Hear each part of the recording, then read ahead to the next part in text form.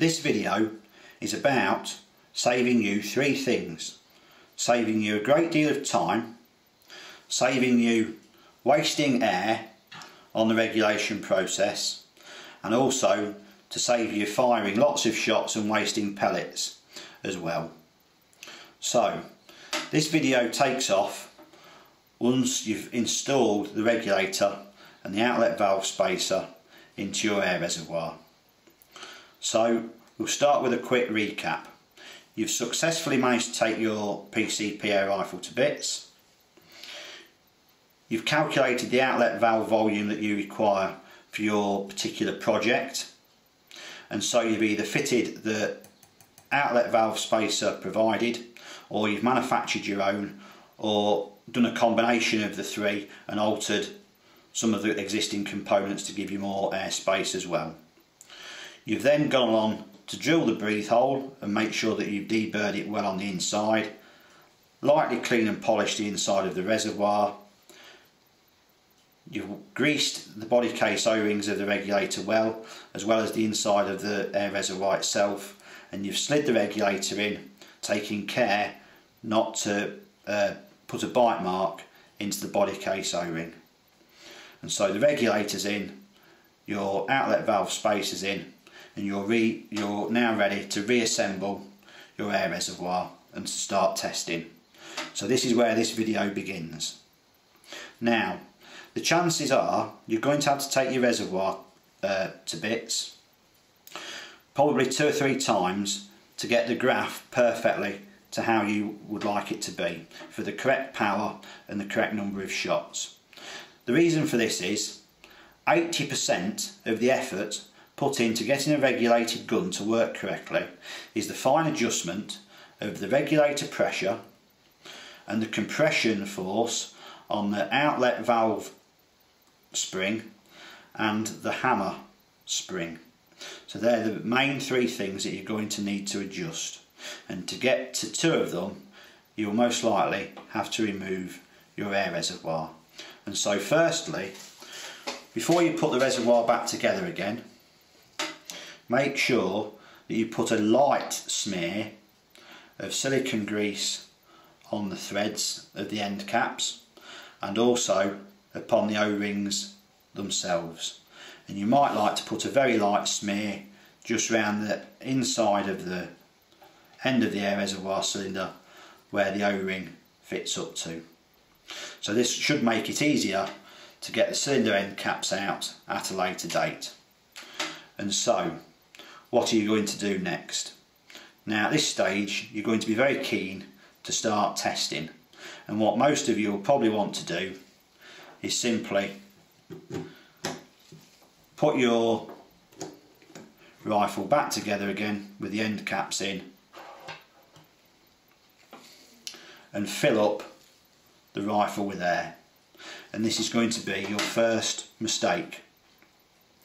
That's going to cost you air, time and pellets. So the proper and professional way to do it is like this. Now firstly, to save air, if you're able to get your front filler valve assembly out easily, and that's an easy job for you to do, then a tip to save air is if you can get a piece of hard, inert, chemical-free plastic such as nylon 66 or Delrin, a wooden dowel cut to the right length, or a piece of broom handle, but it mustn't be chemically treated, just needs to be plain, or a piece of aluminium or steel with a little bit of tape on so as it doesn't scratch your cylinder, and then you can put that inside the cylinder to take up some of the airspace to start with, because the part of the graph that we're interested in is around the area that the regulator pressure is set to. And so filling your gun up to 232 bar, 200 bar, 170 bar, or whatever its fill pressure is actually a waste of time initially. So all you need to do is you're only going to need to fill the gun up to around 20 bar past what the regulator's set at.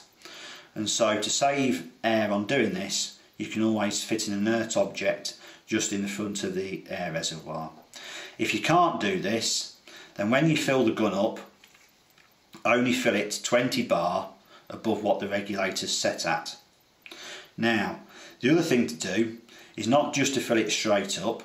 You should make yourself a simple graph like this, and you can either just, you can do it on your computer on an Excel spreadsheet, or just use some plain graph paper and mark it out like this.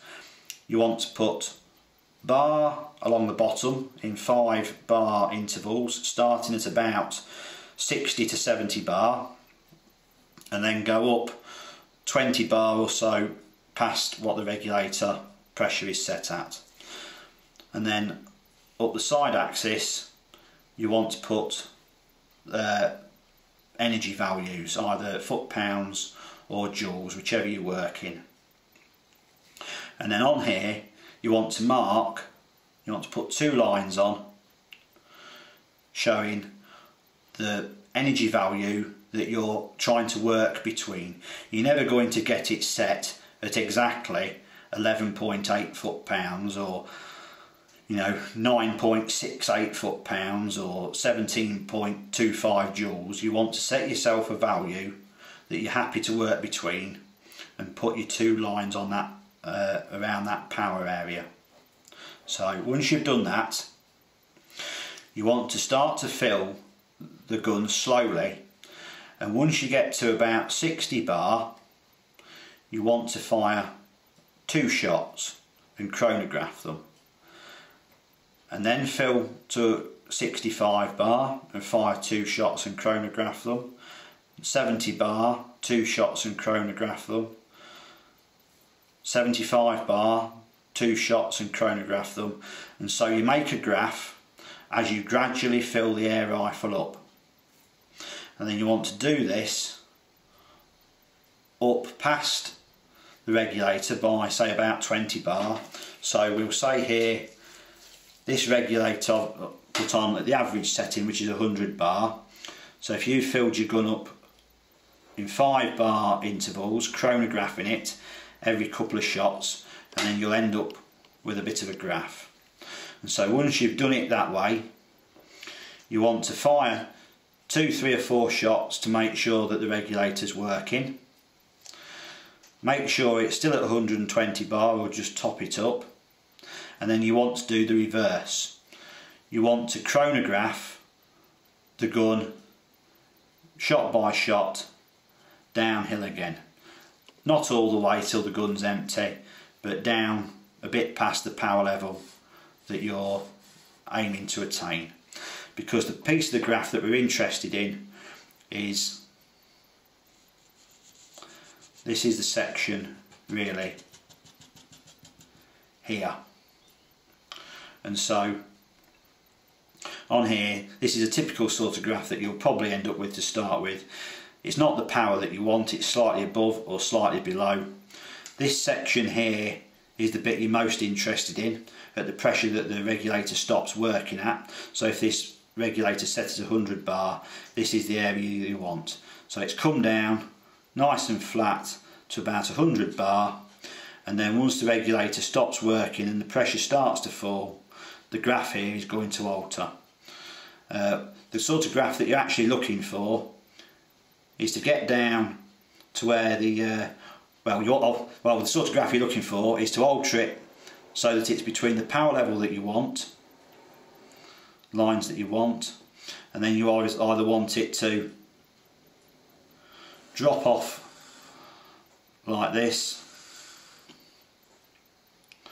or come up a little bit, and then you can re-alter the valve and get as many shots out of it as possible. What you're trying to eliminate is any peak that might happen after the regulator pressure has dropped past its set working pressure. And so this is the first part of regulating your air rifle, doing this first initial graph. So in future videos we shall go on to look at the various little alterations and tweaks you need to do to the spring tensions to end up with the graph that you require. But for this one, for the very start, when you first fill the rifle up, fill it up 5 bar at a time, and once you get past 60-65 bar, fire a couple of shots each time it's gone up 5 bar and plot yourself a graph. And this, in the long run, is going to save you a lot of time and effort.